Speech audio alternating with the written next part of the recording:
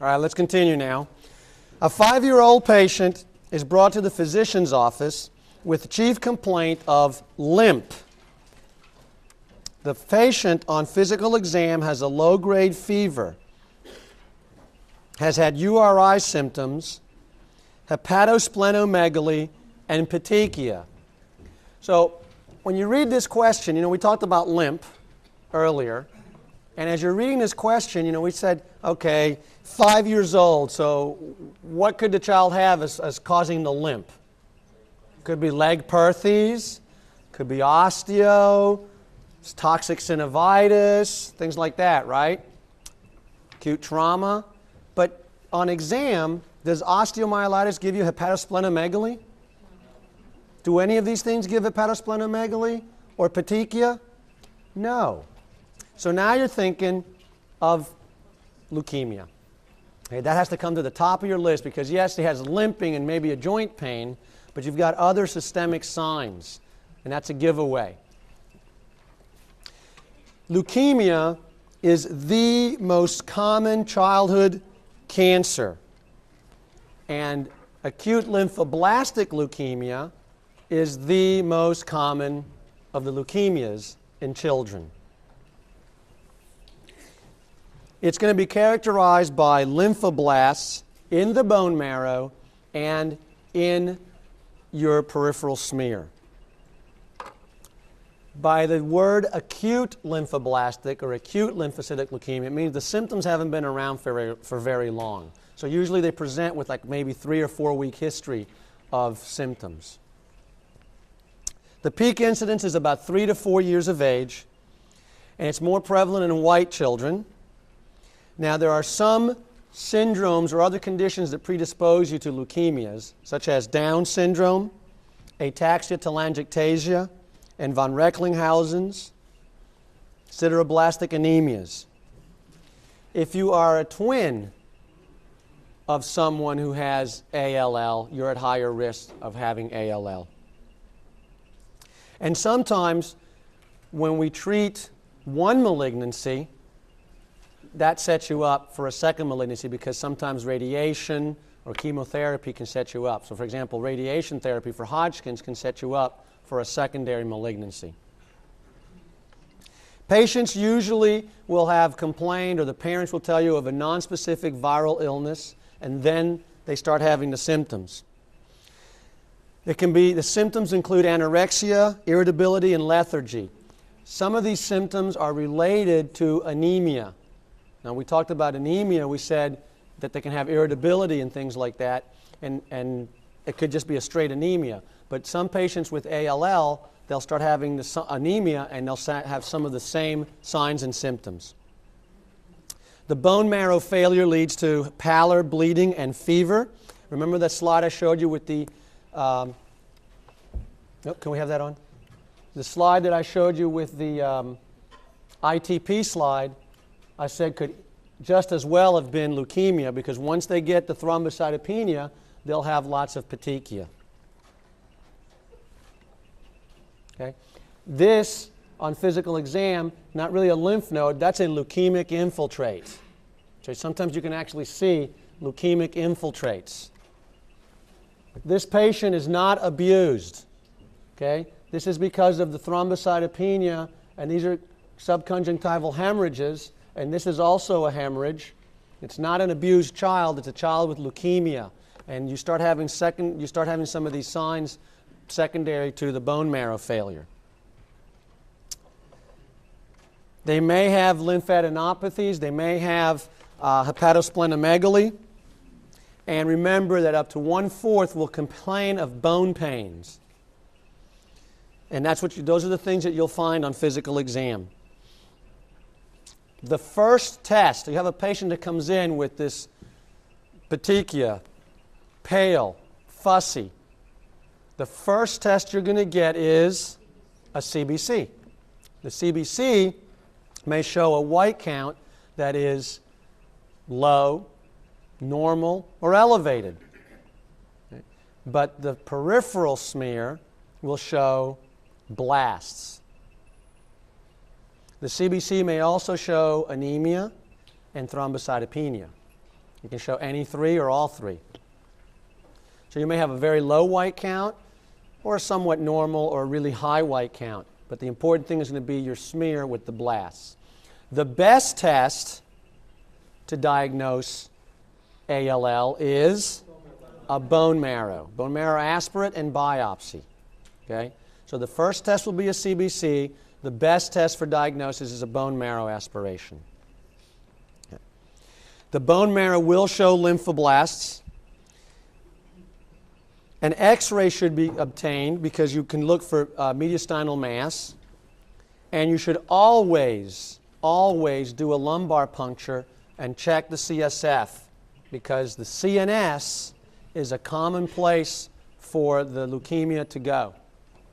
In fact, as part of therapy, you will give intrathecal chemotherapy and do surveillance lumbar puncture. So you tap them, send the fluid off to look for malignant cells, and at the same time you're going to give intrathecal chemotherapy.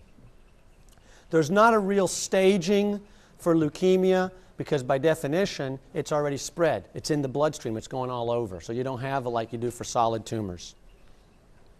Okay, therapy begins with induction of remission. And they'll receive vincristine, prednisone, L-asparaginase. There's different medications you can use, different protocols, depending on whether it's null cell, whether it's cala-antigen positive, what your presenting counts were, what your age is. So there's different protocols out there by the oncology group.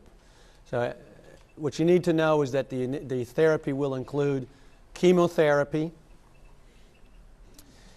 CNS prophylaxis is usually, even though it says CNS radiation, it's going to be intrathecal methotrexate. The problem with CNS radiation is you're radiating the brain, you can get secondary malignancies, and you're going to affect growth. So really what you normally do is going to be intrathecal methotrexate. Once you have remission, then you go into consolidation. Again, depending on how you presented, it will determine what medications you'll use, and you'll go on maintenance therapy. Patients will need supportive therapy so that if the platelets, because the goal in chemotherapy is to first wipe out your bone marrow with the chemotherapy, and then hopefully you'll get good cells to come back. So you will have a pancytopenia because of the chemotherapy. So you have to transfuse them, you have to watch out for infections, you have to for bleeding because they can have thrombocytopenia, so you may need to replace blood products. Okay? The bone marrow is the most common site of relapse. Relapse also occurs in the CNS and in males, the testes. What's your prognosis? It's least favorable if you're less than 2 years of age or older than 10 years of age. That's a bad prognostic indicator. White counts greater than 100,000, some people use even less, is not good. Something else that we need to, oh, there it is, coming up. Overall, the cure rate for children, I would say, it's about 90%. 90%. Tumor lysis syndrome. Okay, this is important. So let's say this 4-year-old. Let's go do this 4-year-old again. Okay, and let's just or a 5-year-old. Let's add to it.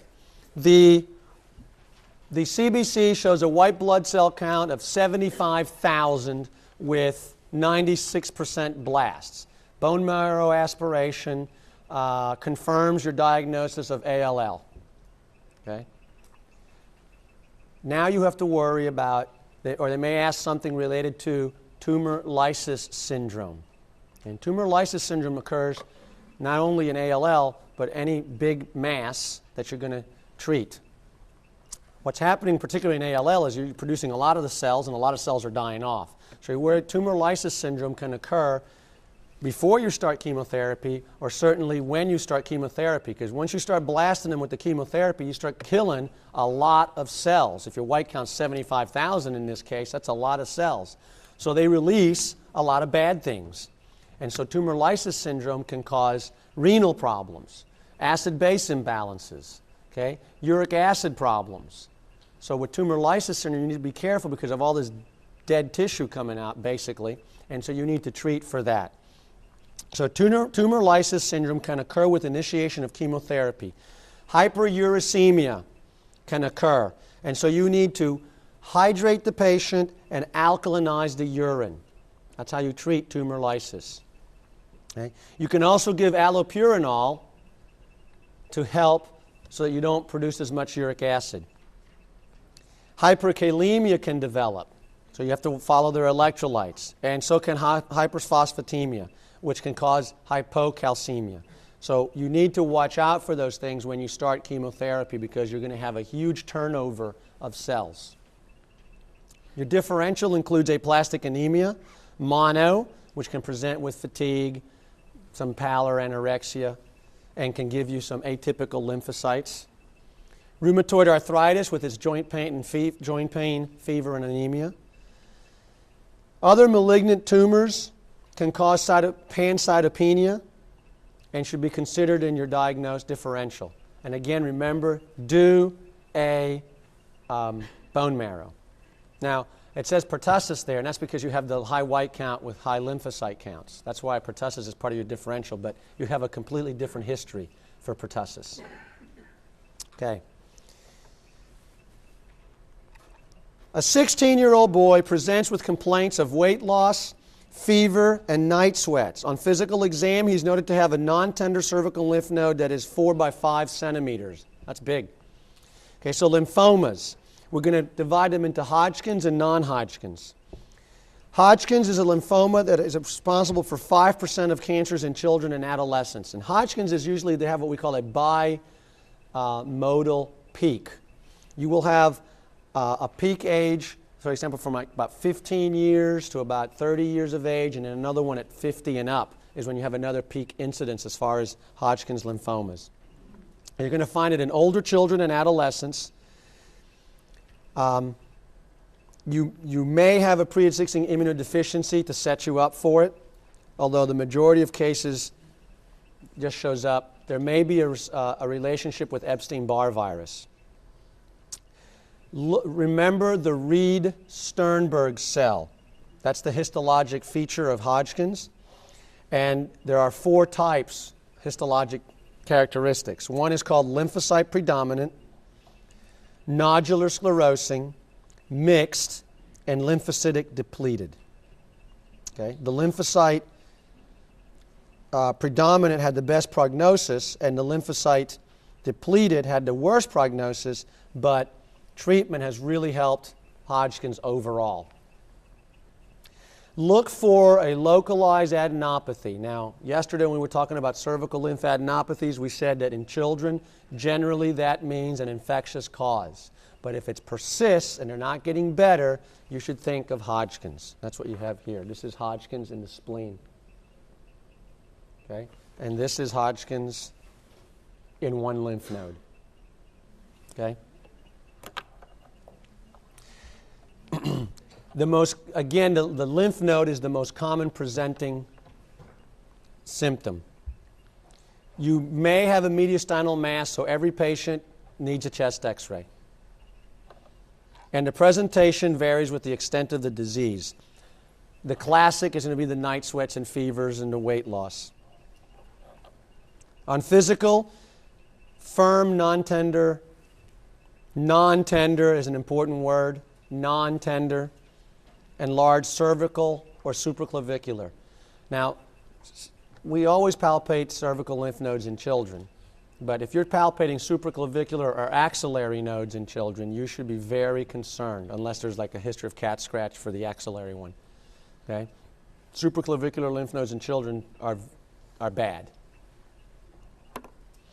The diagnosis should be suspected in a patient with persistent unexplained lymphadenopathy. And an excisional biopsy is how you're going to get your diagnosis. You should do a chest x-ray to look for mediastinal masses. Usually you'd also follow that up with CT scans. Okay. So studies that are necessary: CBC to look for anemia and thrombocytopenia, SED rate, serum ferritin and serum copper. Remember those. Okay? chest x-ray, chest and abdominal CTs, and a gallium scan to look for metastasis. And a bone marrow is indicated. Okay? Staging is listed there. Stage 1 is a single lymph node or single extralymphatic organ. Stage 2 is 2 or more lymph nodes, same side of the diaphragm. Stage 3, both sides of the diaphragm, and stage 4 is disseminated. And then you have systemic symptoms, also known as B symptoms. That's going to be your fevers, night sweats, weight loss. And again, treatment is determined by your stage at presentation and whether you have B symptoms or not. Recently, we diagnosed a child, he's 14 years old, and a big, non-tender neck mass. So part of the differential may have been a rhabdosarcoma. Turns out he has Hodgkin's. Chemotherapy is commonly given, and radiation therapy can also be given for Hodgkin's. And the prognosis is very good for patients with early disease. Okay? Non-Hodgkin's. Now look at the difference between this question and the other one. In the Hodgkin's disease, we start off with a 16-year-old. And in this one, we start off with a 6-year-old. That's not a coincidence. So non-Hodgkin's will be found in younger children. A 6-year-old boy presents to his primary care provider with a non-productive cough. He makes the diagnosis of an upper respiratory infection. However, the patient's symptoms persist, and he returns to the primary care provider. At this time, the patient is wheezing, and the provider makes the diagnosis of reactive airway disease and prescribes a beta-2 agonist. That doesn't help. The patient medication does not improve, and the patient returns for a third time. The patient is now complaining of cough and has a low-grade fever. He's diagnosed with clinical pneumonia, and an antibiotic is prescribed. 2 days later, he presents in respiratory distress, and a chest x-ray shows a large mediastinal mass. That is not an uncommon presentation. Okay? It's because most children that show up with a non-productive cough don't have a malignancy like that. Most patients do have just a cold or do develop pneumonia or whatever. So it's not until they get the chest x-ray that you see this big mass. So most children, this is a typical presentation.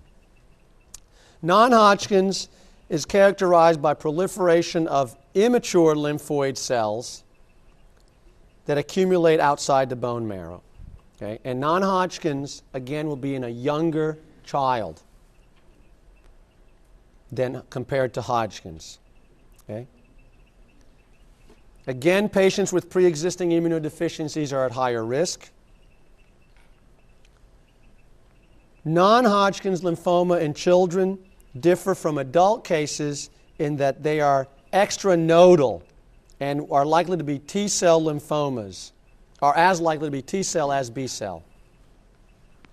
And you have your different types. You have the lymphoblastic, the large cell, and the small non-cleave cell lymphoma. Okay? Presentation depends on where the primary is. Okay, so this child had a cough. Eventually he developed respiratory distress because the mass grew so big it was compressing his airway. So depending on the site, the most common presentation of a lymphoblastic lymphoma is an anterior mediastinal mass. Sometimes they'll have pleural effusions. And the mass will cause respiratory distress because of compromise of the airway. It can cause a superior vena cava syndrome. In those cases, the patients are basically very plethoric, like from the nipple line up. They're very, very red because of compression of the vena cava, superior vena cava, and it decreases the amount of blood flow return to the heart. So you get very, very red, and you can have some edema in the face. That's the superior vena cava syndrome. The CNS may be involved. The non-cleave cell lymphoma is usually an abdominal mass.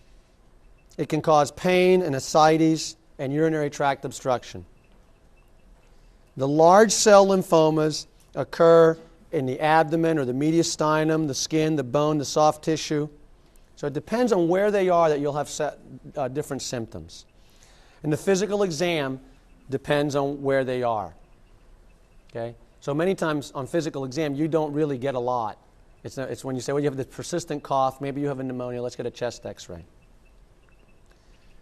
Non-Hodgkin's is very aggressive, so you need to diagnose as early as you can and stage it and treat it. Okay, so you get a CBC, you should get electrolytes, uric acid, LDH, creatinine, calcium, phosphorus. These patients, just like the Hodgkin's patients, are at high risk for tumor lysis syndrome once you start treating them. You need a chest x-ray, a chest CT, abdominal and pelvic ultrasound, or CT scan. Probably CT scan is better. Okay? And you do bone marrow aspirates. The staging system, stage 1, single extranodal tumor. Stage 2, a single tumor, 2 or more nodal areas on the same side of the diaphragm. Stage 3, opposite sides of the diaphragm. Stage 4, CNS or bone marrow involvement, plus any of the other stages that you had. Treatment includes trying to get as much of it out surgically as possible, and they will receive chemotherapy. Radiation therapy is sometimes used for really big tumors that you can't get the whole thing out. You want to shrink them down. If they're causing airway obstruction, you shrink them down before you remove them. All stages including 4? Pardon? Surgery, that's all stages including 4? Well, 4, you get the big mass out.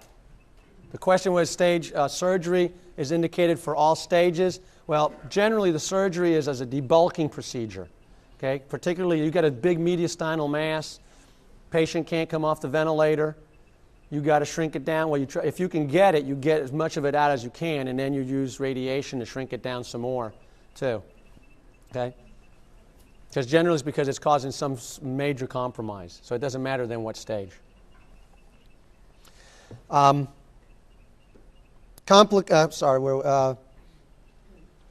get chemotherapy and radiation therapy if indicated. Complications, well, it's going to spread if you don't treat. Everybody has to get treated. And they do spread to the bone marrow and meninges, but prognosis is good for stages 1 and 2. So that's why it's important to stage them also, because it tells you what protocol you're going to follow, lets you know what to expect. Okay, brain tumors. Brain tumors are the most common solid tumors of childhood. By that I mean if you take every brain tumor, not just an ependymoma or a glioblastoma, if you take all of them and lump them together as brain tumors, they make up the most common solid tumors in children. 2/3 of these are going to be what we call posterior fossa tumors or infratentorial tumors. And depending on where they are, determines your symptoms. So infratentorial tumors or infratentorial tumors is how you classify them. And infratentorial tumors include cerebellar astrocytoma, medulloblastomas, brainstem gliomas, and ependymomas. Children younger than 2 and adolescents tend to have more supratentorial tumors. The majority of children will have infratentorial tumors. Supratentorial tumors include craniopharyngioma, optic gliomas, and astrocytomas. And the study of choice now is MRI. Okay? So whatever their symptoms are, MRI is the study of choice for brain tumors. Now, not all brain tumors are malignant, but the problem with brain tumors is you got to go through brain to get to them. So even though they're not malignant, they could be compressing on structures and cause symptoms. And if you're going to go get them, you have to go through normal structures to get to them. So there's definitely some morbidity associated with that. Okay? Also, since you have a blood-brain barrier, it's very difficult. Chemotherapy doesn't penetrate blood-brain barrier very well, and that's why in leukemia you give intrathecal chemotherapy. Okay. We're going to go through some of these signs and symptoms depending on where they're located. For example, the posterior fossa tumors are notorious for initially, as they you'll have a child who has vomiting in the morning, headache relieved by vomiting in the morning. What's happening is that they're laying down, and that tumor is not big enough yet, but when you're laying down, it plops in and blocks the CSF from flowing, so you increase your your intracranial pressure. Patient wakes up in the morning, vomits, now they're sitting up more, and the tumor plops out of the way. You have flow again, and they feel better. Eventually, the tumor gets big enough that it'll obstruct the flow all the time, and so then you have persistent vomiting and headaches all the time. But it's vomiting and headaches without nausea. That's an important classification, clinical thing to know. A 10-year-old child presents to the physician because of a new onset seizure. The patient has a 1-month history of severe headaches and a progressively worsening wide-base gait. So that's very typical of a posterior fossa tumor. They start to walk with a wide-spaced gait. Okay? This is on physical exam, you will sometimes see papilledema. This is a late sign. There's increased intracranial pressure. Okay, that's not good when there's brain out, but it is an astrocytoma. Okay, astrocytomas are posterior fossa tumors, usually cystic, and there's 2 basic types: the pilocystic and the diffuse. The majority are pilocytic, and they have a benign nature. Again, depending on their location, the symptoms may not be benign, or getting to them and taking them out may not be benign. Cerebellar astrocytoma is the most common posterior fossa tumor of children. It also has a very good prognosis. It can be in the midline and cause the symptoms that I talked about, or it can be in a hemisphere and then usually can cause like seizures. It can cause it may cause hydrocephalus because it obstructs flow, and then increased intracranial pressure. That's when they have the headaches and the vomiting. Usually the patient is 5 to 10 years of age. Parents complain of personality changes at times. They may complain of headaches, motor weakness, seizures, ataxia. Then they develop increased intracranial pressure and associated vomiting. Okay? So if you're going to guess of a tumor, you guess cerebellar astrocytoma. Okay? Again, the test of choice is MRI. MRI. Okay? And the treatment of choice is getting it out, resection. But again, it depends on where it's located and how hard or how easy it is to get to it. Very good prognosis, though. A 6-year-old presents to the pediatrician because of headache and persistent emesis for the past week that is not associated with fever or abdominal pain. That's important. No fever, no abdominal pain, and they're having headaches and vomiting. Okay? So that's, and again, you can't say it's a medulloblastoma just because they have headache and vomiting with no fever. You're just suspicious of a brain tumor. You're going to find out, you're going to diagnose a brain tumor by MRI, you're going to find out what it is when the pathologist tells you, right? When you get your histology back. Okay? Medullo. Medullo, or a primitive neuroectodermal tumor, a PNET. Okay, not a peanut, a PNET. It's the second most common posterior fossa tumor. It comes from the roof of the fourth ventricle. It grows rapidly. It fills the fourth ventricle and quickly gives you signs of increased intracranial pressure. Another way of presenting, a 3-week-old infant is brought to the emergency department because of persistent vomiting and lethargy. Physical exam reveals a a bulging fontanelle, which is large, and split sutures. Okay? So before you say, well, he's vomiting, lethargic, maybe it's sepsis, but you got a bulging fontanelle, maybe it's meningitis, but you got split sutures. Before you tap that child, you get a CT scan or an MRI, and you find a mass and hydrocephalus, and it's a primitive neuroectodermal tumor. Okay?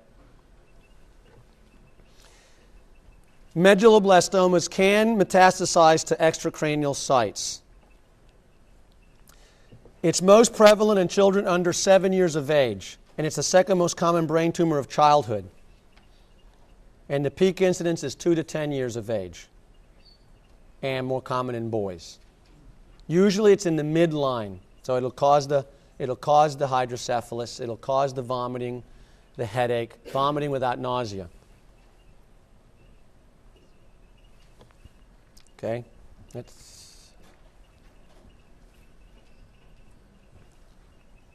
That's a brainstem glioma. We'll get to that one. Again, how do they present? Depends on where they're located. If you're going to have something in the midline, you're going to have the hydrocephalus and the papilledema, the increased intracranial pressure. Patients can have onset of headache, neurologic impairment, or they can have seizures, and again, hydrocephalus. Ataxia sometimes may occur with medulloblastomas. They can have a wide-spaced gait too. MRI is the test of choice. And the initial therapy is try to get it out. If it doesn't relieve the intracranial pressure, then you need a shunt for the hydrocephalus. Radiation and chemotherapy will help. Okay?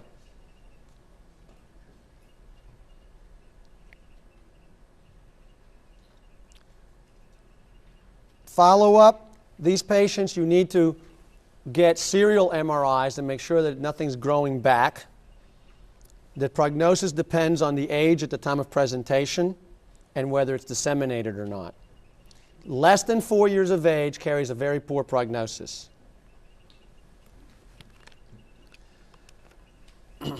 Brainstem glioma. A 9-year-old is brought to the physician by her parents because of personality changes. The parents state that over the past month the child has become very aggressive, that is, arguing, hitting, and biting other children. Her grades have dropped from straight A's to failing, and this is quite out of character for their intelligent, outgoing, and friendly daughter. Many times, brain tumors will present with personality changes. Okay? Brainstem gliomas are number 3 on the list. So we're going in order here. And they're posterior fossa tumors. They can extend through the brainstem. The anaplastic astrocytoma has a poor prognosis, whereas the midbrain and medullary ones have a better prognosis with surgery alone. Again, look for changes in personality. Always, here's another on physical exam, always pay attention to a child that complains of double vision. If they're telling you that they're seeing double, you need to be very suspicious of something going on in the brain. They can't have speech and gait disturbances. Again, papilledema is a late finding. What's the best test? MRI. Usually you can't get to them surgically, so limited radiation therapy is good or chemotherapy.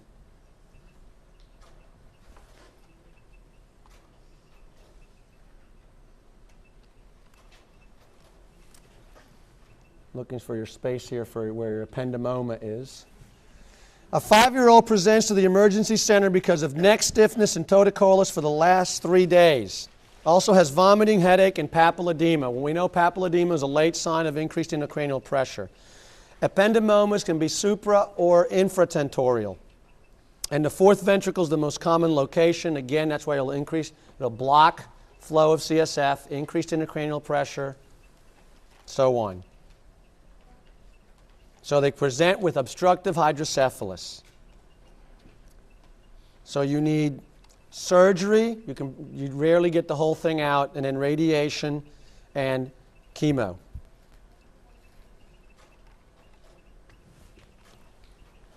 Here we go. Here is a craniopharyngioma. Okay? A 14-year-old girl presents to the physician because of short stature. On physical exam, she has bitemporal visual field deficits. A head CT shows calcification of the sella turcica. So remember when we talked about short stature, we said in this case it's a girl, in this particular case, but any girl with short stature we evaluate for Turner's. If this was a boy for short stature, and now what's important here is that they're talking about bitemporal visual field defects. So now that's not just short stature. There's something else going on up there. And that's the giveaway there. Okay, so the craniopharyngioma is a supratentorial tumor. It's the most common supratentorial tumor. You can sometimes see on regular skull films a big sella turcica. The patient can present to you initially because of short stature. Peripheral vision loss can occur, and they may have hydrocephalus and papilledema. So remember, short stature, visual problems. Short stature, visual problems. MRI is the best. CT can help too. And you can see, on plain skull films, you can see the large calcified sella turcica. The treatment is to remove it surgically, and now what do you do after you remove it? Pardon? Radiation? No, generally once you remove it, you remove it. Now you have to supply hormones, don't you? You just took out the pituitary. So you have to replace hormones.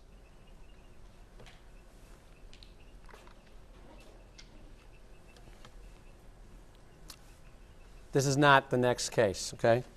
A 4-year-old with neurofibromatosis presents to the ophthalmologist with complaints of decreased visual acuity according to the parents. On physical exam, he has proptosis and papilledema. Optic gliomas, they're low-grade astrocytomas that can affect your vision. Again, children that complain of double vision should be taken seriously. This patient has neurofibromatosis, so they are at absolutely increased risk for optic gliomas and acoustic neuromas and things like that. Okay?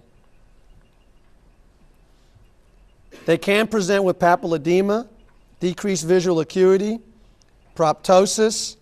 If they have a tumor, a chiasmatic tumor, then they can have an asymmetric nystagmus. And again, get an MRI. Treatment is delayed until the tumor progresses, and then depending on radiographic findings and vision changes, you will proceed with no treatment if there's an optic nerve tumor but normal vision, chemotherapy for patients with a tumor extending into the optic canal, and chemotherapy for patients who do not have tumor extension into the optic canal but still have visual changes. Remember the very first day? I said hemihypertrophy, aniridia equals, okay. So a mother brings her 3-year-old child to the physician because she found an abdominal mass while bathing the child. The child had been in her usual state of health, according to the mother. However, in review of the vital signs, the patient is noted to have an elevated blood pressure. This is a child with hemihypertrophy. Look at this arm. And look at that arm, okay? That's the big difference there, okay? The legs are a little bit more subtle, but this is definitely a huge difference, okay? The majority of patients that present with Wilms tumor just present with an abdominal mass, okay? This is the hemihypertrophy, aniridia, Wilms is not that common. The majority of Wilms tumor patients will present with an abdominal mass. Mom is bathing the child and notices a mass, or the physician is doing a routine physical exam and notices the mass. Sometimes they'll have abdominal pain or something like that, but many times it's just an asymptomatic abdominal mass that's palpated. The other word for Wilms tumor is nephroblastoma. Okay? So they may not use the word Wilms in the exam. They may use the word nephroblastoma, and they'll try to confuse you with neuroblastoma, which can also present in the abdomen. So that's why you have to know that the other word for Wilms is nephro. So it's in the kidney. And since it's in the kidney, here it is right there, it will distort the renal outline. Okay? So it's a renal neoplasm. It's got different kinds of cells. What you need to know that it's the most common abdominal neoplasm in children. Okay? It can go along with congenital anomalies of the genitourinary tract. It can go with hemihypertrophy and aniridia. Usually at around 3 years of age is when you're going to notice these. And it can be an asymptomatic abdominal mass. They may complain of abdominal pain and vomiting, and up to 60% will have hypertension. A UA can show some hematuria. That's not good enough. Okay? A CT scan is the best. Okay? You might get an ultrasound first. Some people, if they feel a mass, they're just straight for the CT scan. So a CT scan is the best. And you should always look for metastasis. The staging, stage 1 is in one kidney with an intact capsule. Stage 2, involved capsule. Stage 3, capsule's ruptured but hasn't spread. Stage 4, there's metastasis. And stage 5 is bilateral kidney involvement. Very bad. First thing you're going to do is take it out. Okay? If there's anything left, you can get the whole thing out, that's great. If there's anything left, you can use radiation and chemotherapy. The majority of Wilms tumors are okay once they're removed. Okay? Some children, if you have bilateral, that's no good. If it comes back, that's no good. Okay? The major differential is going to be a neuroblastoma. And so again, in this particular case, the kidney is what's affected. A neuroblastoma in the abdomen will most likely be on the adrenals, and it'll push the kidney downwards, but it won't affect the calyces or anything. This is all basically Wilms. Okay? It's inside the kidney. This is a neuroblastoma on top of the kidney. Okay? So that's your differential diagnosis, is going to be neuroblastoma is the biggie. Okay? So it even says, for your examination and in practice, you must be able to differentiate between these two tumors. A tumor of renal origin rules out neuroblastoma. Okay, that's the next one we're going to talk about. A 2-year-old is brought to the physician because of bluish skin nodules, periorbital proptosis, and periorbital ecchymosis that has developed over the last few days. On physical exam, a hard, smooth abdominal mass is palpated. So this child is pretty much the same age as when you have Wilms, and he has an abdominal mass, but he's got other things now. And neuroblastoma comes from neural crest cells, so it can occur anywhere along those neural crest cells. So you can find them in the neck, you can find them in the abdomen, in the chest, wherever. Okay? So this patient has a little proptosis, or some involvement up higher. Okay? It represents 8% of all childhood tumors. It's the most common solid malignancy outside the CNS. That's because it's found in other places other than the abdomen. But in the abdomen, you're first going to think of Wilms. And again, the presentation with this depends on where it's located. 70% are in the abdomen, and half of these are in the adrenals. So, what are you going to look for besides a mass if you have to run some tests? Catecholamines in the urine, right? Because it's in the adrenals. Okay, we'll get to that. There may be hematogenous spread to the liver, The patient can present with an abdominal mass. Hypertension can be caused by catecholamine release from the adrenals. Thoracic tumors. Thoracic tumors will cause respiratory symptoms. So you may have some coughing, persistent coughing. You may see an abnormality on your chest x-ray. The head and neck tumors, you may palpate, or you can sometimes have a Horner syndrome.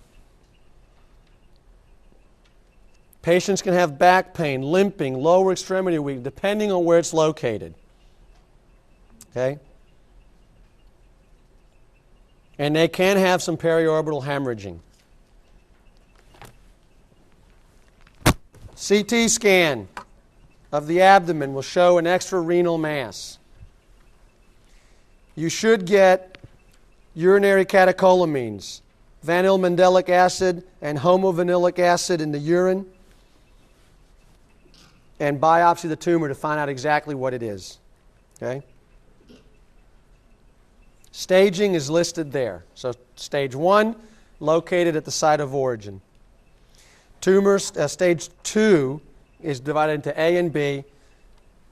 Stage 2 extends beyond the structure of the origin without ipsilateral lymph nodes. Stage B does not cross the midline. Stage 3 crosses the midline. Stage 4, distant metastasis. Stage 4S, the tumors are small primary tumors in infants less than a year.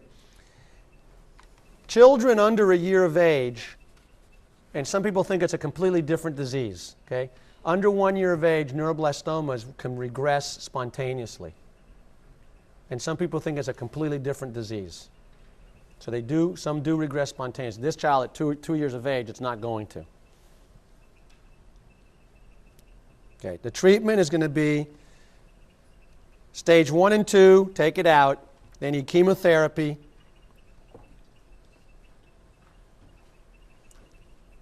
Younger than a year of age have the best prognosis because, again, some of them do regress.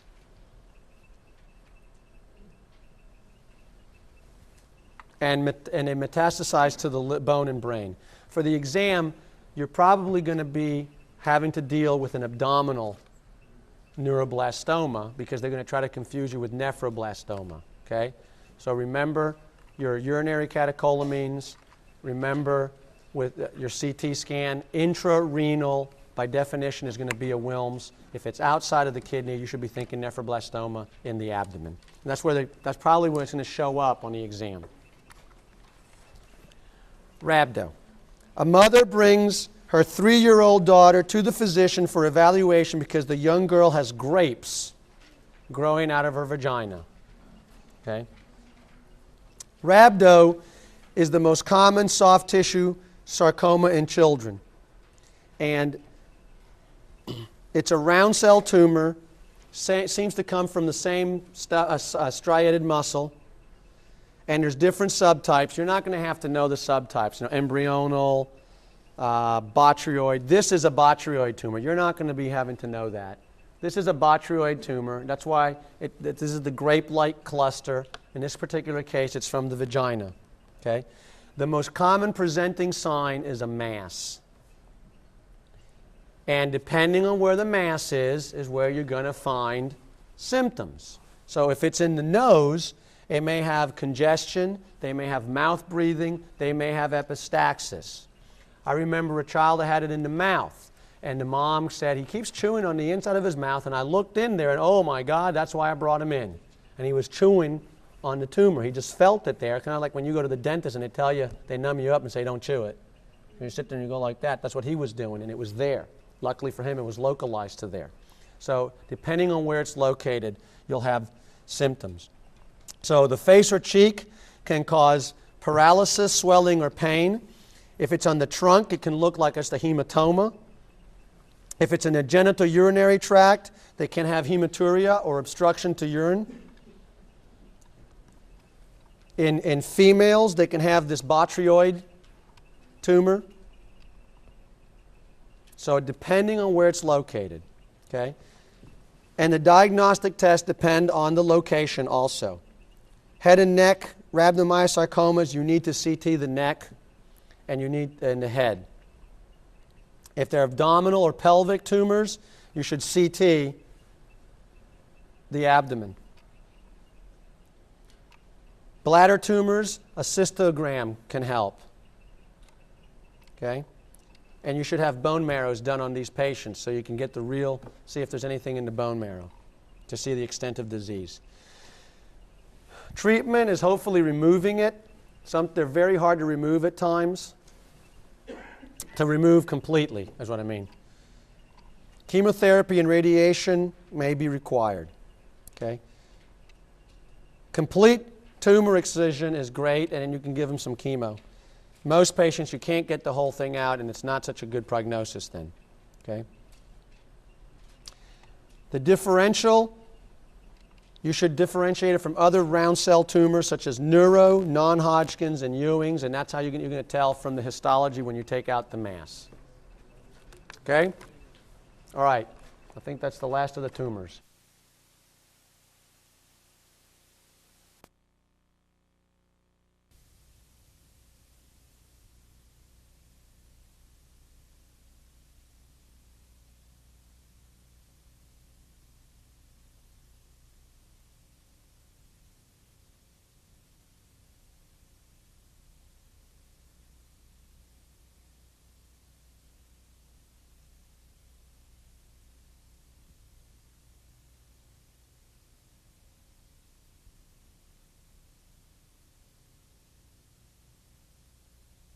Let's go on to neurology chapter. The pediatrician is called to the delivery room because an infant is born with a defect in the lumbosacral area. Let's talk about myelomeningocele, or if we lump them all together, people talk about spina bifida, right? And that's a spectrum of disease. Spina bifida occulta, and it also falls under the term spinal dysraphisms. Okay? And you just have a spectrum of disease. Okay? So we have anything from just spina bifida occulta down here, where that's just a defect in the arch of the vertebra. The vertebral arch has a defect. Usually it'll be highlighted by a little dimple or a tuft of hair there too. Okay? And that's the mildest form. Doesn't mean anything. Okay? Then you can have meningocele, where the meninges herniate through that defect, or you can have meningomyelocele or myelomeningocele, where you not only have the meninges, but the actual spinal cord also herniates through that area. Okay? So here you see it in a patient also, okay, in the drawing, and we'll show you some pictures here. Okay? So that's the simple spina bifida. The etiology is not really known, a specific etiology. There's a lot of things that can contribute to myelomeningocele or these neural tube defects, right? So some drugs, radiation, malnutrition, we certainly know that what vitamin or what do we take? Folic acid. Folic acid is very important during pregnancy to help prevent neural tube defects, okay? Okay. The majority of patients will have a defect in the lumbosacral region, and they usually have bowel and bladder incontinence. This is the mildest form. This patient doesn't have anything wrong. Okay? This is a deeper dimple. Okay? And then this is myelomeningocele. Okay? So now you've got herniation of the meninges and of the spinal cord too, spinal cord going through. Okay? All right. Physical exam. The patient usually has flaccid paralysis of the lower extremities. They usually have absent deep tendon reflexes, and they have absence of response to touch or pain, which can cause troubles. So, for example, a 15-year-old girl is admitted with a 15-year-old girl with myelomeningocele is admitted to the hospital with burns on her feet. How did she get the burns? Well, she was taking a bath. She turned on the hot water and didn't feel that the water was really hot on her feet, and she burned them. Okay? That's very common. They have decreased sensation, if any, in the feet and in the legs. Okay? Sometimes patients will have club foot. We mentioned that yesterday when we did orthopedics. They may also have dislocated hips. The majority of patients, if they don't have it by the time they're born, they will develop hydrocephalus. Okay, this is a pathology specimen of a myelomeningocele. You can see there's the defect and there's the herniation out here. The treatment is going to be generally, you've got to cover up this defect. That's just an infection waiting to happen. You can do skin flaps and stuff. You cover up the defect, kind of push things back in, cover up the defect, and then you need to treat subsequent problems. You're going to have recurrent urinary tract infections, right? Because since you have bladder incontinence, you have no tone or innervation to the bladder, you have stasis of the urine, and they're at much higher risk for urinary tract infections. They are at risk to have pressure sores. They are at risk to have the burns or damage because they don't feel certain things. Okay? All of these patients are assumed to have latex allergies, okay, because they have multiple surgeries. Many times they have to catheterize themselves on a regular basis, so they're being exposed to latex all the time. So a lot of times it's just assumed that they have a latex allergy or they'll develop one. Okay. Diagnostic studies, alpha-fetoprotein. You use this, you check alpha-fetoprotein during pregnancy, and it's going to be high or low? High. High alpha-fetoprotein, okay? Where is it low? It's down and downs, right? Down and downs, okay? It'll be high in neural tube defects. Okay. So, prenatal vitamins and folic acid will decrease the risk. You need to, like I said, repair these, repair the hydrocephalus, or treat the hydrocephalus, and assume your allergies and treat aggressively urinary tract infections. Other neural tube defects, well, we talked about spina bifida occulta. That's the most benign form. And meningocele we talked about. All right. An 18-month-old child is brought to the emergency center after having a generalized tonic-clonic seizure that lasted approximately 5 minutes. The parents say that the child had been previously well but developed cold symptoms earlier today with a temperature of 39. Okay. So what's the most likely diagnosis? A febrile seizure. And that's a favorite one to ask. Okay. They talk about all kinds of seizures, and you already had Dr. Hines, right? Talk to you about seizures and all? Okay. So we're going to just focus on some of these seizures that can happen in children. And a very common one is febrile seizures. Okay? It's the most common seizure disorder in children. About 3 to 4% of children will get febrile seizures sometime. And it's typically between 9 months and 5 years of age. So again, the age is very important. Risk factors or causes. Well, it's usually associated with a rapid rise of temperature. There's no magic temperature that you say, oh, if you hit this, you're going to have the seizure. It's usually associated with a rapid rise in the temperature.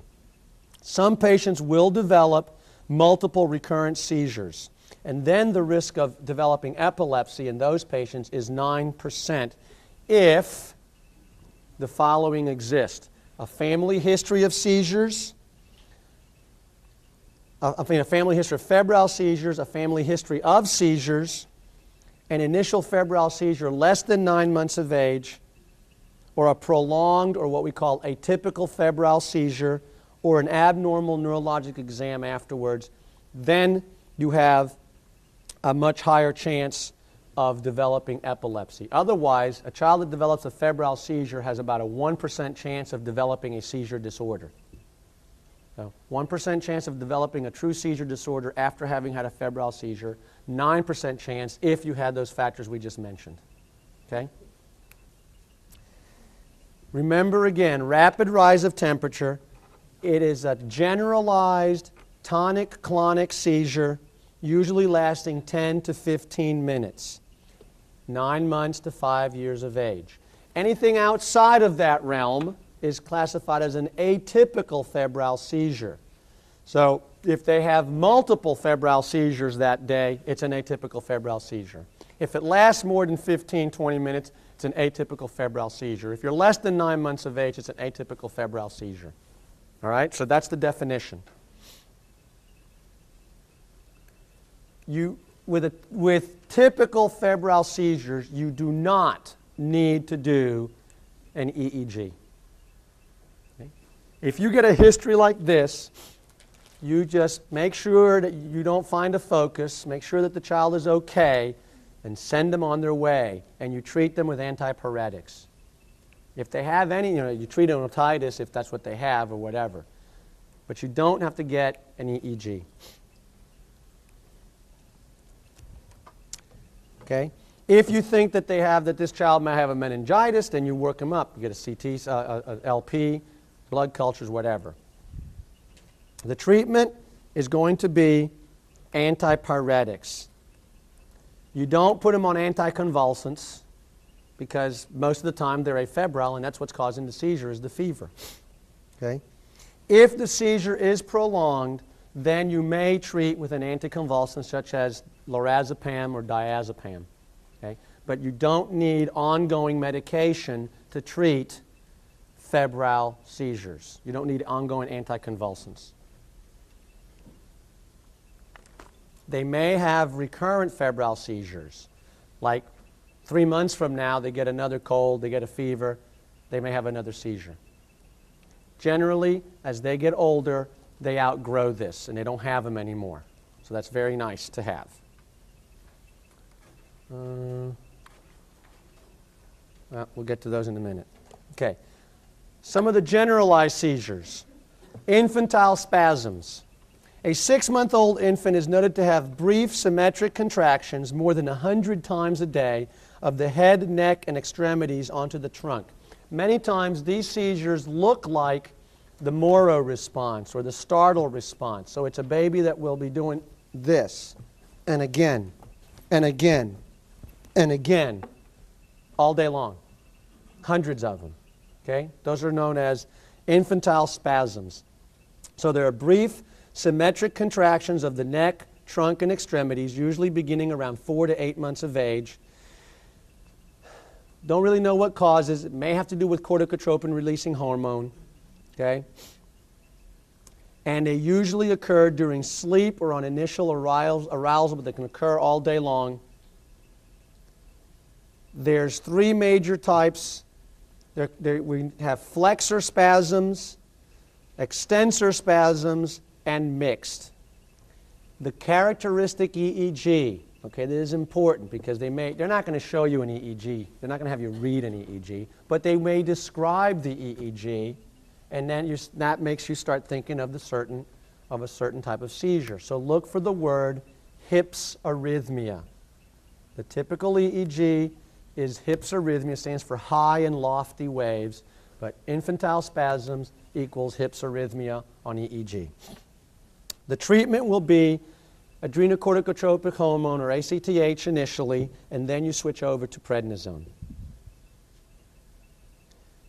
Some problems associated with infantile spasms include tuberous sclerosis or inborn errors of metabolism, congenital infections, and prematurity.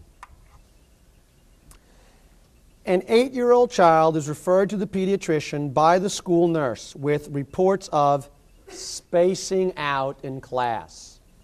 Okay? During provoked hyperventilation in the office, the patient has a similar episode. So, petit mal or absence seizures. They are characterized by a sudden cessation of motor activity, and the patient has a blank stare. So they'll be, and then they come back to the class room. Imagine doing that.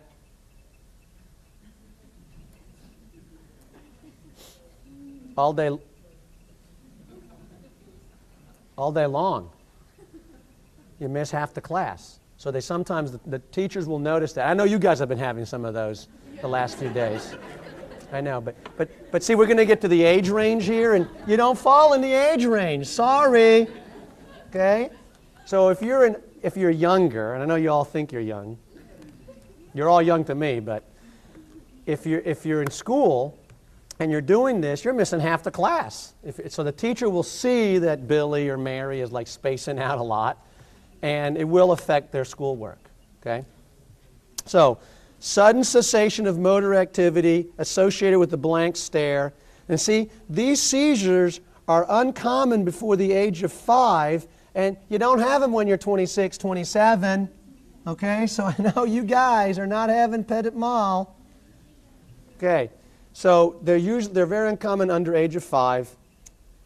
They do predominate in girls, and the seizures usually last in 30 seconds.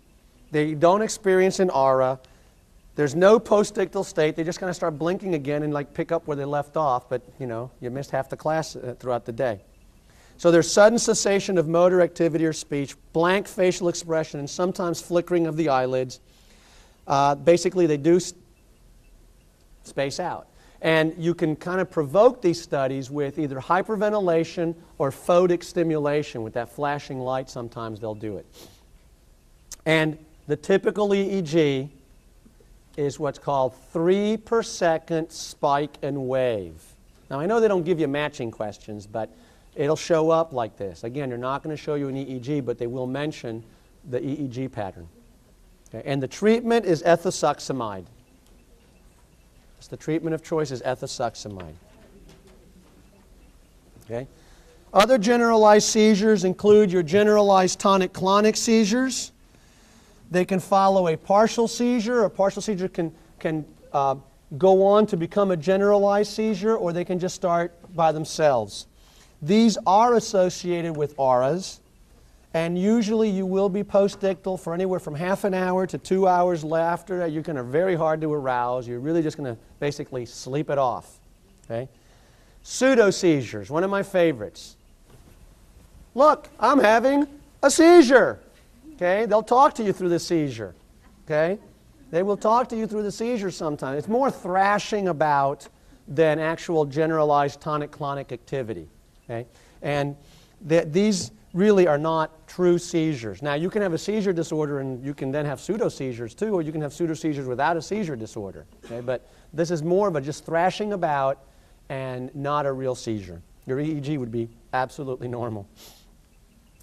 Some patients have myoclonic epilepsies, and that consists of brief symmetric contractions or loss of body tone, and they tend to just fall forward or slump forward. And it's also important to mention benign myoclonus of infancy. These, as babies are falling asleep, they might jerk a little bit. Okay? However, the EEG is normal, and this kind of goes away by about 2 years of age. These babies are developmentally fine. It's just as they're falling asleep, they jerk a little bit when they're falling asleep. Benign myoclonus of infancy. Partial seizures. There's different kinds of seizures, partial seizures, simple, complex, and benign focal. The simple partial seizures are about 10 to 20 seconds in duration. They can be confused with like motor tics, but they can't be suppressed like a motor tic can. You see somebody that's doing that thing with their eye or that tic with their mouth, and you say, hey, you're doing it again. Oh, sorry. And they stop doing it. But if they're having these seizures, they can't help themselves, so they're going to still be doing it. Complex partial seizures are associated with auras, and the EEG will be abnormal with temporal lobe spikes. And in benign focal or Rolandic seizures many times will be associated with hallucinations, auditory hallucinations, for example. Like somebody's telling you to say something or to do something. So they're many times, and they will resolve by the time you become an adolescent. This is a patient with cerebral palsy. I'll show you the subtle finding in a second. Cerebral palsy is a disorder of impaired motor functioning and posture. Usually the onset is early, before or at birth or during the first year of life. It is a non-progressive disorder. The brain has already suffered its insult. Okay? And there's all kinds of forms of cerebral palsy. It's kind of like a garbage can term, where you just lump all these things in. And the most important or most obvious manifestation is impaired ability of voluntary muscles. For the most part, these patients There are some exceptions, but the majority of patients have rigidity and spasticity. Okay? In this particular case, it is a very subtle finding in this patient, okay? But look at right here. See how this foot is flat on the ground and this one isn't? This is a heel cord contracture. So it's a tight heel cord causing that foot to be raised. That's a very subtle finding. I don't know what else the patient does or doesn't do or can do. But in this particular picture, that's what they're demonstrating, is this tightening of the muscle causing a heel cord contracture, and the foot is raised. About 1.5 to 5 per thousand live births is the incidence of cerebral palsy, and we don't know specific etiology. It is probably some insult to the developing brain. Intrauterine bleeding can occur, can be a setup for it. Infections, congenital malformations, intracranial hemorrhages, neonatal hypoglycemia, kernicterus. Okay. Birth asphyxia, low APGARs, is an uncommon cause. And you can classify CP depending on the predominant motor deficits. Okay. So we have what's known as spastic diplegia, spastic quadriplegia, spastic hemiplegia, and I'll leave those for you to read. Okay. The main thing you have to worry about in most of these is that they have hypertonicity and spasticity. Okay. There are some forms that have some that will be somewhat hypotonic. I think, let's see, the extrapyramidal. The extrapyramidal form is characterized by hypotonia. Okay. But generally think of cerebral palsy as hypertonicity, spasticity, rigidity. Many times they will have trouble with their own secretions because of the hypertonicity and spasticity, and they cannot coordinate the motor movements, and so they have trouble handling their own secretions. They can aspirate, higher incidence of GE reflux. We'd already mentioned that earlier today. Okay? There is no test that says, oh, you can draw or do for cerebral palsy. It's a clinical diagnosis. And the goal of therapy is to help patients achieve maximum potential. Many of these patients will have seizure disorder, mental retardation, developmental delay.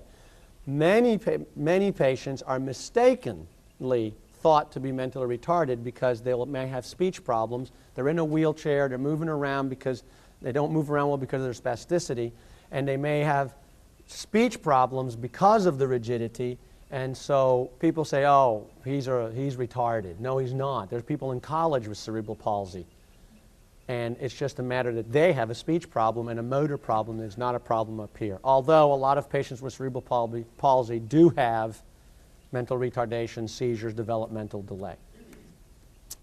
So you need to give them sometimes muscle relaxants, physical therapy, things to dry up the secretions, treat the seizures. They may need orthotics or bracing so that the contractures don't get worse. They may need tendon cord releases or heel cord releases, surgeries.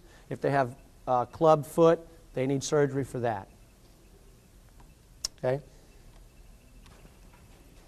All right. Let's talk about progressive mental retardation. Progressive mental retardation. So cerebral palsy that causes mental retardation, like I said, it's a non-progressive disorder. The insult has already been done.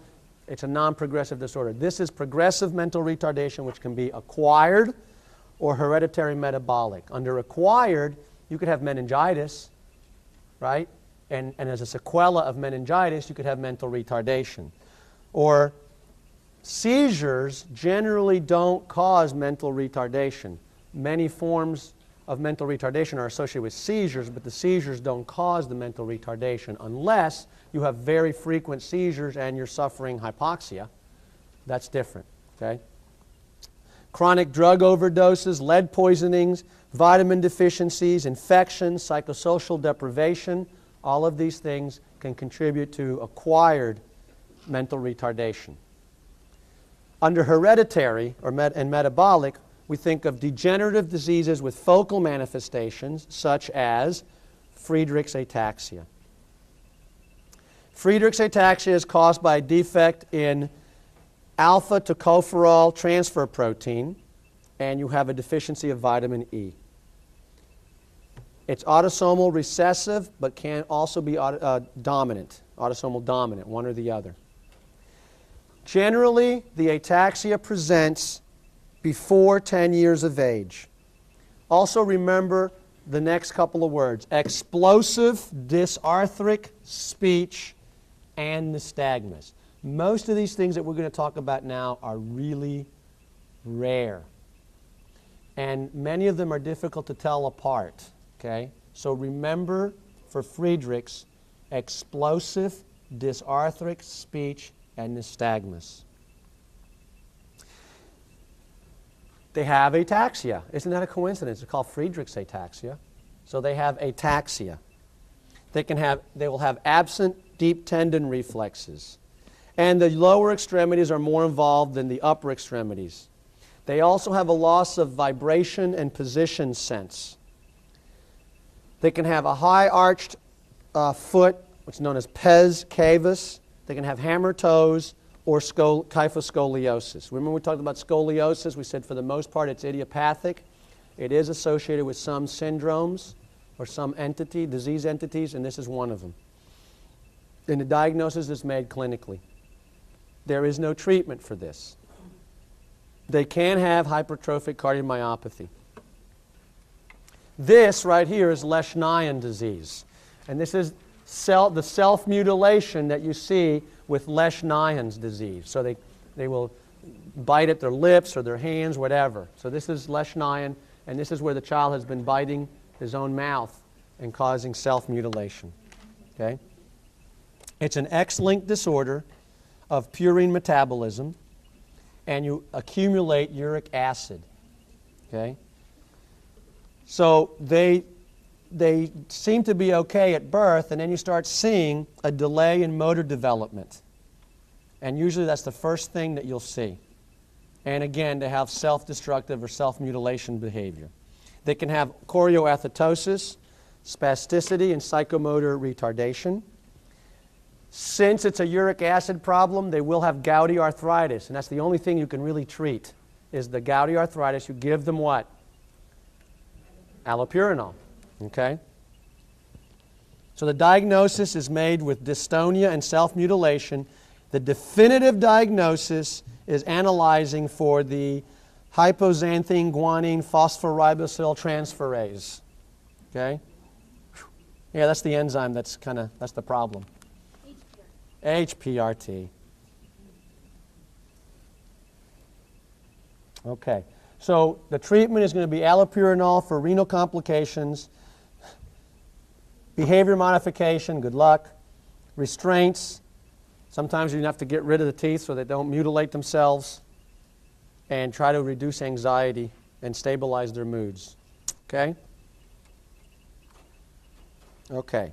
Wilson's disease, or hepatolenticular degeneration. Okay? It's a problem with copper metabolism. Okay? And this is what you see here is known as the Kaiser-Fleischer rings. That's right. All right, Kaiser-Fleischer rings. So, Wilson's disease is autosomal recessive, basal ganglia degeneration, and you'll have increased copper deposits in the brain, liver, kidney, cornea, and you'll have low serum copper. And there'll be a family history because it's autosomal recessive. Okay? Usually, you will see liver problems first before you see the brain. Patients may have tremors, drooling, what's known as a fixed smile. Children will present with liver dysfunction and hepatomegaly. And look for the Kaiser-Fleischer rings either in the question or in the answer. Okay? So look, what test do you do? Low serum copper and ceruloplasmin levels. Increased urine copper concentration after penicillamine is given. Okay? and CT of the brain and MRI of the brain. The treatment is going to be reduce copper intake and increase secretion of copper, so you treat with penicillamine. And that's just a chelator. Again, liver involvement is bad. It's fulminant, can progress to cirrhosis. Haven't gotten to that one yet. Okay. Now, degenerative diseases of white matter. Metachromatic leukodystrophy. It's autosomal recessive, and there's a deficiency in aryl sulfatase A activity. And you can actually assay, you can do chorionic villus sampling and look for aryl sulfatase A activity or deficiency of that prenatally. Also, remember this test, metachromatic staining on crescel violet, okay, of tissue specimens. That's what you'll find with metachromatic leukodystrophy. And it's broken up into the late, infantile, and juvenile, and an adult. Look for, in the late infantile, look for gait disturbance and hypotonia. Juvenile usually is at 5 to 10 years of age. They'll have personality changes. They'll do worse in school. Grades go bad. Okay? Krabbe's, or globoid cell leukodystrophy. Again, another rare bird. It's a disorder of myelin destruction, and it's autosomal recessive. It's a deficiency of galactocerebroside galactosidase. So you can just see them asking questions about all this weird stuff, huh? Yeah. That's why we go over it. Symptoms appear early in the first few months of life. They are very irritable. They are very inconsolable. I've taken care of one in my, that's how we say, middle career, not long career, not that old, okay?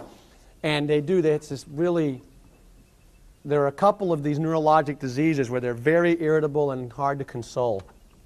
So they're very irritable, they cry a lot, they have feeding problems, seizures, opistotonic posturing. Adrenoleukodystrophy. This is X-linked recessive. Usually the symptoms start about 5 to 15 years of age. Again, worsening school performance, behavioral problems, gait abnormalities. Wow, that sounds like someone who's having a brain tumor, right? Except they don't. Okay, this is mucopolysaccharidosis. So there's Hunter, Hurler, Sanfilippo.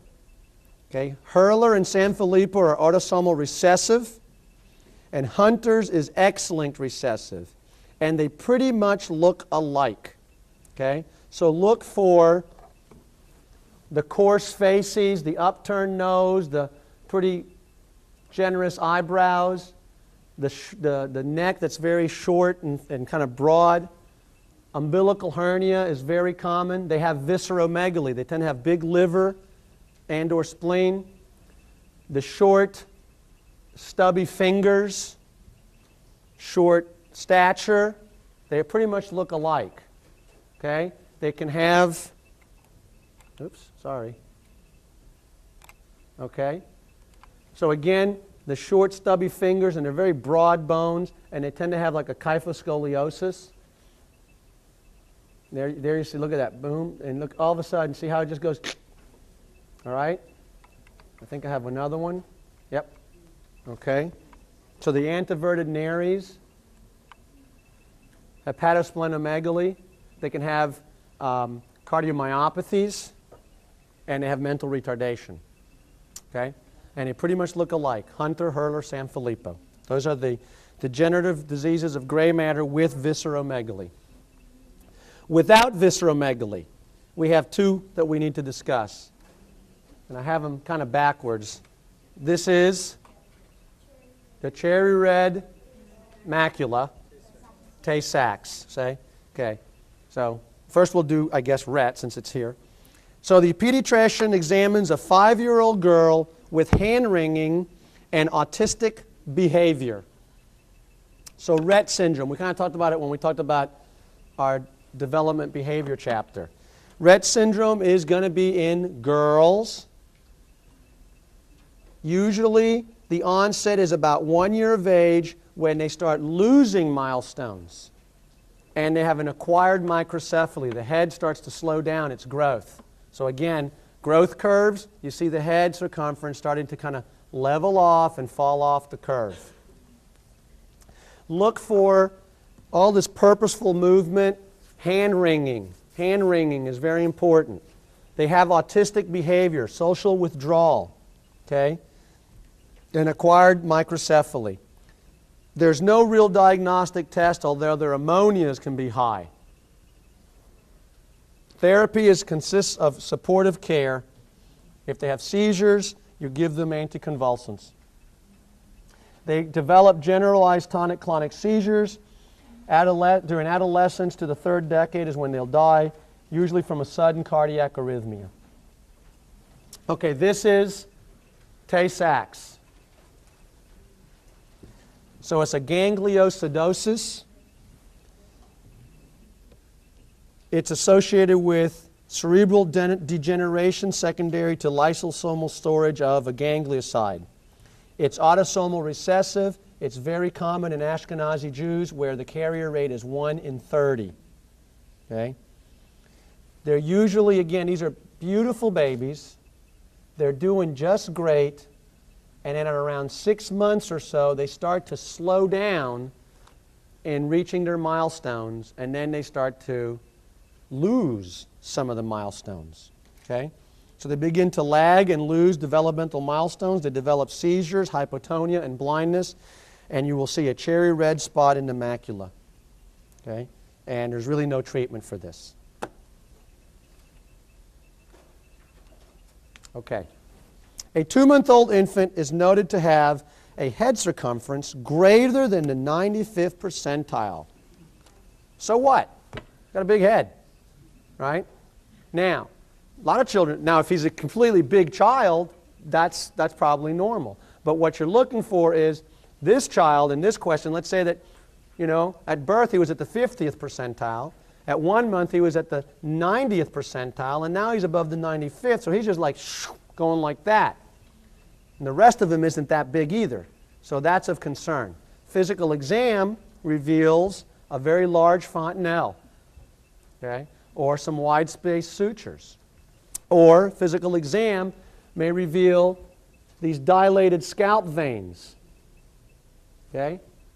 Or sometimes when you percuss, it sounds like a cracked pot. It's also known as McEwen's sign. That's because the sutures are spread, okay? So it has that noise. That's hydrocephalus, not just a big head. Okay? So hydrocephalus can occur as a result of impaired circulation and absorption of the CSF or by increased production of CSF. And there are two major kinds. We have obstructive, which is known as non-communicating, and non-obstructive, which is known as communicating. Obstructive is usually caused by an obstruction in the ventricular system. There's usually an abnormality of the aqueduct and a lesion in the fourth ventricle. Non-obstructing usually results secondary to like meningitis or a subarachnoid bleed, loss of the subarachnoid villi, because that's where you're going to be reabsorbing the stuff. Okay? And how do they present? Depends on the age of the patient and how quickly the fluid accumulates. If it's a slow thing, and it's a young baby, then you might just have head growth, okay, and a big fontanelle and the dilated veins and things. If it's rapid rise of fluid and rapid rise of intracranial pressure, you may have the vomiting, the papilledema, and stuff like that, like when we discussed in patients with brain tumors. Okay? Infants will have accelerated head growth, wide open bulging fontanelles, dilated scalp veins, and they look down. This baby's not afraid. This baby is looking down because of the increased intracranial pressure, and it's called the sunset sign. So this is indicative of hydrocephalus in this child. Okay? Older children may have irritability, lethargy, poor appetite, and vomiting. They can complain of headaches or the crackpot sign, the McEwen sign. Okay? That means that your sutures are splitting open. This is on CT scan. This is all fluid. This is hydrocephalus. And this is at the expense, in this particular case, of brain. Okay? You don't have much room to give there. Okay? You're going to have brain, you're going to have CSF, and you're going to have blood. And if you've got that much CSF, then you're doing it at the expense of brain. If you see a patient with a foreshortened occiput, you should think of Arnold-Chiari malformations. An Arnold-Chiari type 1, which is not associated with hydrocephalus, and symptoms will occur at adolescence, and there's an obstruction of the caudal portion of the fourth ventricle. They will have recurrent headaches and neck pains. Arnold-Chiari type 2, which is what's seen many times with spina bifida and the spinal dysraphisms, okay, will have progressive hydrocephalus and a myelomeningocele. This, that's hydrocephalus. This is a Dandy-Walker malformation, okay? And it's a cystic expansion of the fourth ventricle. And again, it's a form of hydrocephalus, okay? They will have a prominent occiput. See how it comes way back? That's a prominent, foreshortened occiput, Arnold-Chiari. Prominent occiput, Dandy-Walker, okay? And on CT, you've got hydrocephalus, but look at the fourth ventricle is huge. Okay, so that's Dandy-Walker malformation. So CT or MRI will show you your hydrocephalus. Okay? In infants, you can do an ultrasound because you can just put it right on their fontanelle. But if you have to pick a test, go for CT. Okay, and therapy depends on the cause of the hydrocephalus. Medical treatment includes acetazolamide and furosemide. Surgical shunt will move it from here. Usually it's shunted from the brain, from the ventricles down to the abdomen, and the peritoneum will reabsorb that fluid, and then you make urine. Okay? Bacterial infections are the main complications of a shunt, and you should think of staph epi as complicating or causing a shunt infection. Okay. This is just some atrophy of the optic disc. Okay. Anterior horn cell disease. Werdnig-Hoffmann, or spinal muscular atrophy. A pediatrician examines an infant who is on the exam table in a frog leg position with subdiaphragmatic retractions and absent tendon reflexes. By frog leg, remember your frogs in biology lab? Just splayed out like that? That's how these children look. They're very floppy. They look alert in the face for the most part because it hasn't ascended that far up yet. Okay? So Werdnig-Hoffmann is a degenerative disease of the motor neurons. It is atrophy of the anterior horn cells in the spinal cord and of the motor nuclei in the brainstem. So that means that they will have atrophy of the motor nerve roots and of the muscles. They're not being stimulated, you're not using them, they atrophy. It is autosomal recessive. So if you have a child affected with Werdnig-Hoffmann, what are the odds of having a second child? 1 in 4. You need to know this stuff. Okay? Onset is usually before 2 years of age. Very often it's even, they're born and they're already floppy. Look for a floppy baby, that frog leg posture, and look for fasciculations, particularly in the tongue. You kind of see the tongue just kind of moving around, kind of fasciculating. Okay? So look for fasciculations in the tongue, and they have this flaccid posture. Tendon stretch reflexes are absent. The infants have normal intelligence. The disease is uniformly fatal, however. This is very sad. Okay? The electromyogram shows fibrillation. Okay, you can get creatine kinase, and it'll be normal or slightly high, and muscle biopsy shows denervation. Nerve biopsy shows slowed conduction. So first you do the electromyogram. There's no medical treatment to stop progression of the disease. Most of these patients die from respiratory failure, aspirations, and pneumonias. And in this particular case, it doesn't even say how old the infant is, but he's having respiratory problems already. That's why you're seeing that subdiaphragmatic retractions. Okay, there's another form of Werdnig-Hoffmann, a juvenile form called Kugelberg-Wiellander. Kugelberg dash Wiellander, Welander. And it's the same thing, it's just like a milder, the same outcome, but it's like a juvenile form of the spinal muscular atrophy of Werdnig-Hoffmann. Kugelberg-Wiellander. A 9-year-old child presents to the pediatrician because of muscle pain and weakness in the lower extremities. The parents state that the patient is refusing to walk.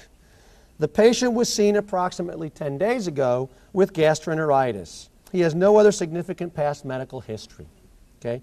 So Guillain-Barré, look for a preceding infection. I know I've said it about 30 times, so how's that going to help you? Well, it will help you. And you're going to have an ascending paralysis. So it's a post-infection polyneuropathy. It affected at any age. Campylobacter and mycoplasma have been associated with it. It can occur after viral illnesses. And it's an ascending weakness and paralysis. Lower extremities working its way up. Okay? And it varies at how quickly it works its way up. It's gradual onset and may last days to weeks.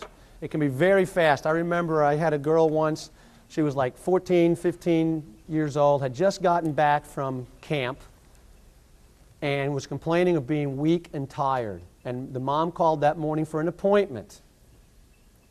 And we said, okay, she's weak and tired, it's probably a viral thing. Okay, she called in the morning, and we gave her an appointment for the afternoon. We were already booked. So around 2 o'clock, the mother carries her 14-year-old daughter in because she couldn't walk up the 2 steps into the office. Okay? And, let's get to the hospital like now. And within 2 hours, she was intubated. So the progression varies. It comes up quickly. It can affect the muscles of respiration, and you need to get intubated. Okay? So tendon reflexes are lost early. Weakness may progress to include the respiratory muscles, causing respiratory insufficiency. You need to do a spinal tap, and the protein will be elevated, and the glucose is normal, and your white count is less than 10. Then you go on to do nerve conduction studies, and they will show reduced motor nerve conduction and slowed sensory nerve conduction. So first you do a spinal, then you do your nerve conduction studies a little bit later. Patients are usually observed. If you need to take over respirations, you take them over. You put them on the ventilator. Okay? And sometimes you will give IV immune globulin. Some people will use steroids. Some people will use immunosuppressive drugs or even plasmapheresis in the hopes that you're going to remove the circulating evil humors. But we don't know what those evil humors are. Okay? Usually there's spontaneous recovery in 2 to 3 weeks. Okay? So it's mostly supportive care.